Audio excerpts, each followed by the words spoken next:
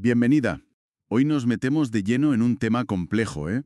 La radiología pediátrica, para ver algunas anomalías congénitas del tórax.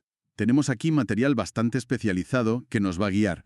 La idea es hacer un análisis, bueno, bastante a fondo de estas condiciones, sacar los conceptos clave y, sobre todo, esos detalles que nos ayudan a distinguir las unas de otras. Vamos, un repaso concentrado para entenderlas mejor.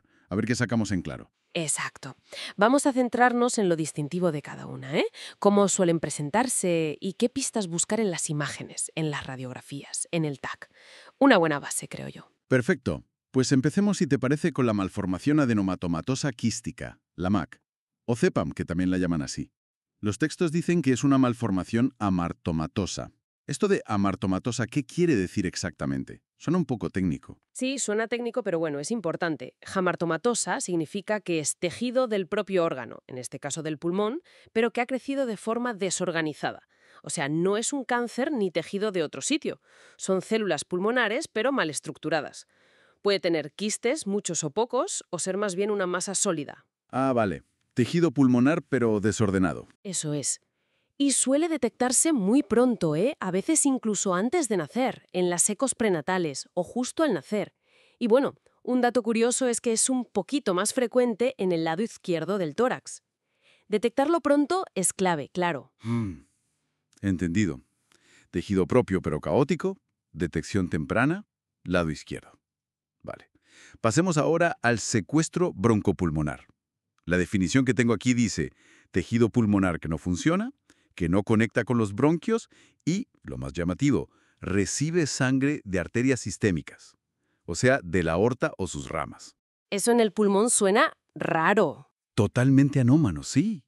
Esa es una de las claves diagnósticas. La irrigación arterial, que le llegue sangre directamente del sistema general, a alta presión, y no de la arteria pulmonar como al resto del pulmón. Y la otra clave es esa, que no tiene conexión con el árbol bronquial normal. Por eso se llama secuestro, está como separado funcionalmente, separado. Y es fundamental, vamos, crucial, distinguir los dos tipos que hay. Primero está el intralobular. Es el más frecuente, como el 85% de los casos, más o menos. Y está dentro de la pleura visceral que recubre el lóbulo pulmonar normal, generalmente el lóbulo inferior izquierdo. Y un detalle muy importante. La sangre venosa de este secuestro sí drena por las venas pulmonares. O sea, vuelve al corazón izquierdo como la sangre del resto del pulmón. Vale, dentro del lóbulo drena venas pulmonares. ¿Y clínicamente da algún problema? Pues sí, puede darlo. Como es tejido anómalo y a veces mal ventilado o drenado, puede infectarse. Son típicas las infecciones pulmonares recurrentes en esa zona concreta. Infecciones recurrentes. Ya. ¿Y el otro tipo? El otro es el extralobular, mucho menos común, un 15%. La diferencia clave aquí es que este secuestro tiene su propia envoltura pleural. Está como en su propia bolsita, separado del pulmón normal. Ah, o sea, como independiente. Exacto. Y la otra diferencia fundamental, y esto sí que es importante recordarlo, es el drenaje venoso. Aquí la sangre no va a las venas pulmonares, sino que drena a la circulación sistémica. Al sistema general. ¿Cómo? Pues a venas como la ácigos o la hemiácigos o incluso directamente a la vena cava inferior. O sea, la sangre vuelve al lado derecho del corazón. Y otra cosa, este tipo, el extralobular, se asocia con más frecuencia a otras malformaciones congénitas. ¿Cómo cuáles? Pues, por ejemplo, a la hernia diafragmática, que ahora comentaremos.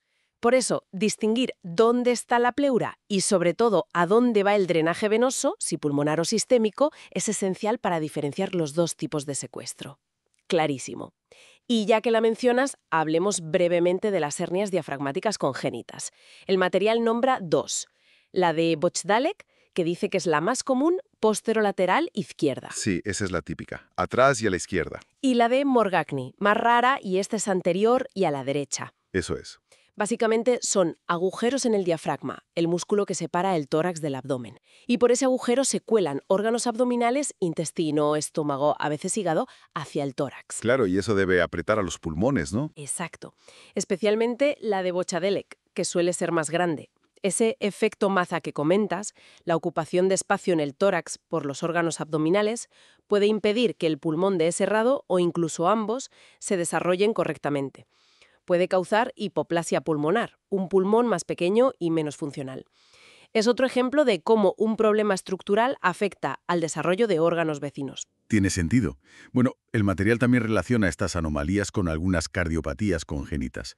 Menciona la estenosis aórtica congénita, la coartación de aorta, que si no recuerdo mal es un estrechamiento de la aorta, ¿verdad? Si una estrechez en la aorta, generalmente después de donde salen las arterias hacia los brazos, dificulta que la sangre llegue bien al resto del cuerpo. Vale.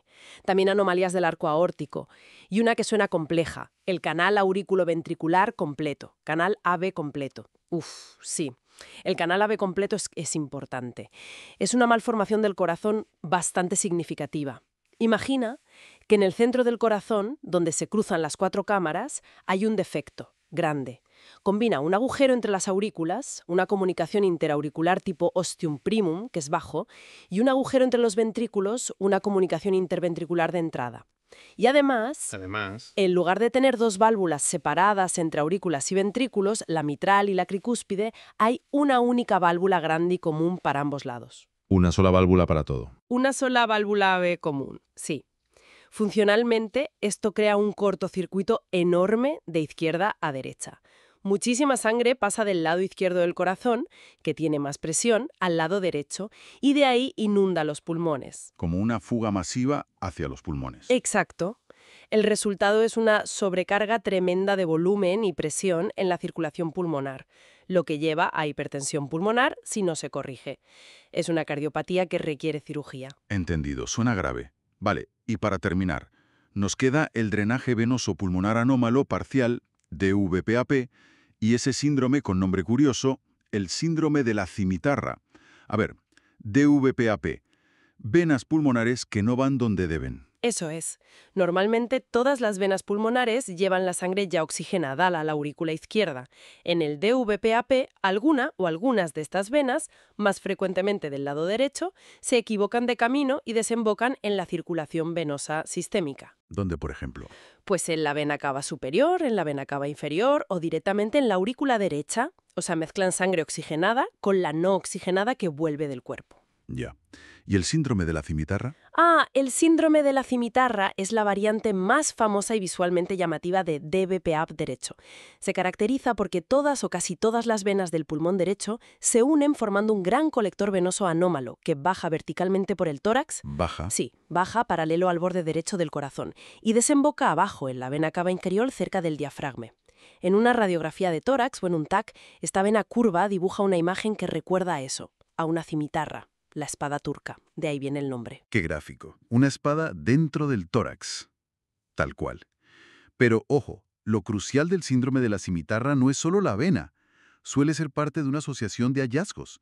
La vena anómala en forma de cimitarra, un pulmón derecho que es más pequeño de lo normal, hipoplasia pulmonar derecha, y a menudo el corazón está desviado hacia la derecha, dextroposición cardíaca. Es un conjunto de cosas. Vena, pulmón pequeño y corazón desviado.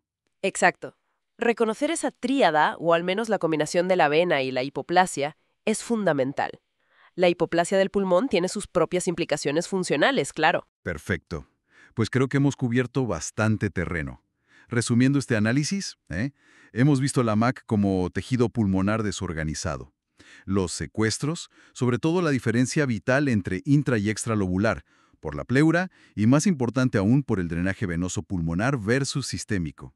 Las hernias diafragmáticas, Bochdalek y Morgani, y su impacto en el desarrollo pulmonar, cardiopatías asociadas como el canal AB completo y su hemodinámica, y finalmente el DVPAP con el llamativo síndrome de la cimitarra y su tríada característica. Muy bien resumido.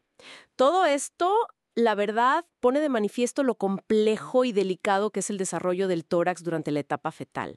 Y como reflexión final, quizá podríamos pensar en cómo estas anomalías estructurales que se originan tan temprano nos enseñan sobre la conexión íntima que hay entre la formación del corazón, los pulmones, el diafragma, los grandes vasos. Todo está interconectado. Claro. Un pequeño fallo en el plano inicial, en esa coreografía del desarrollo, puede tener efectos en cascada. Y uno se pregunta, ¿qué otros efectos dominó, quizás más sutiles, funcionales, o que aparezcan más tarde en la vida, podrían derivarse de estos desajustes tempranos?